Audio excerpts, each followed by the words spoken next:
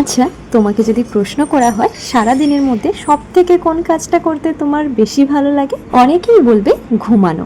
কিন্তু হ্যাঁ, আমার তো সেটা সবথেকে প্রিয় কাজ বটে। তবে হ্যাঁ, তার সঙ্গে আর একটা কাজ যেটা আমার ভীষণ ভালো লাগে সেটা হচ্ছে বিছানা গোছানো। ভালো সুন্দর করে টান টান বিছানা গুছিয়ে তার মধ্যে ঘুমিয়ে থাকা হচ্ছে আমার সবথেকে পছন্দের কাজ। আজ রবিবার, সকাল এখন 7টা মতন বাজে। সকাল সকাল ঘুম থেকে উঠে আগে স্নান সেরে নিয়েছি। স্নান পুজো সেরে এখন এসেছি বিছানাটাকে গোছাতে।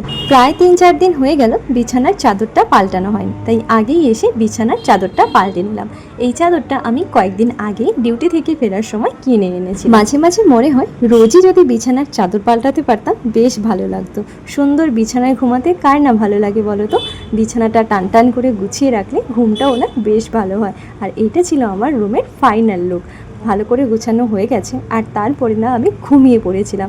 ঘুম থেকে উঠে দেখি দুপুর তখন 12:30 প্রায় বেজে গেছে। উঠে দেখি শাশুড়ি মায়ের রান্না হয়ে গেছে, তাই উঠেই ভাত খেতে বসে পড়েছি আমরা সবাই মিলে।